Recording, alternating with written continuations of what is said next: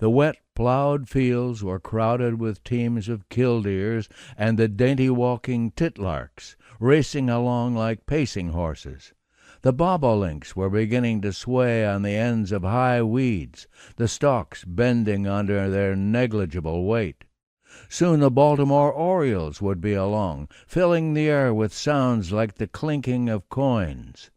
The big cardinals were patches of blood against the dark green of the pines and cedars, and the scarlet tanagers darted like airborne snakes.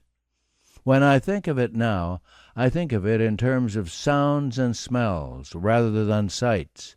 The catbirds quarreled in the low bushes around the house, and the big, fat, sassy old mocker that lived in the magnolia mimicked the catbirds.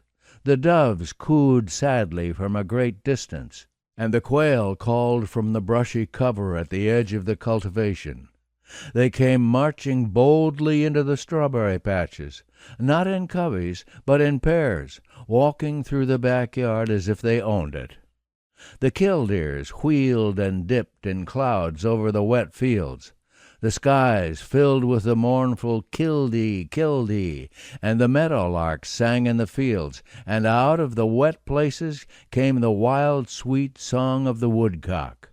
The crows and the jays raised general hell with everything, including the spring, and you could hear the rain-crow's hollow tonk from some hidden position in a tall pine, and the solid knock of the woodpeckers and the sweet chirrup of the little bluebirds.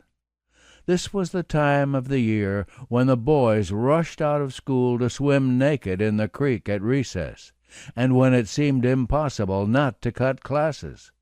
This was the time of the bellyache from eating berries that had not completely ripened, from experimenting with stone-hard green peaches, and this also was the time of the lavish use of castor oil and calomel. It was impossible to concentrate in school, for the drowsy hum of June was just over the hill.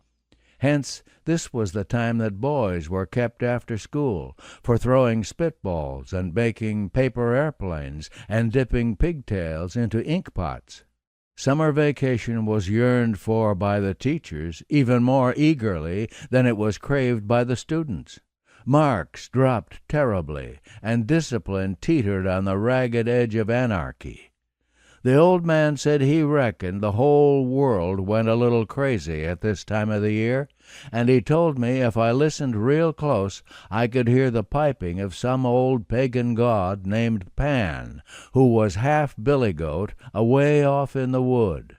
I told the old man that if Pan was anything like my billy-goat, I would just as lief have nothing to do with him.